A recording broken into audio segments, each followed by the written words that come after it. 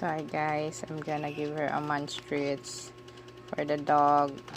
So it costs 129 pesos only. So up. Get up. Up. Uy, sabi ko up. Ayaw mo sumunod? Kaya mo guys. Up na.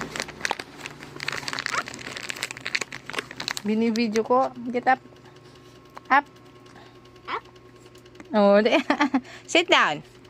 Good job. Sit down muna. Pabuto ko ng scissors, anak.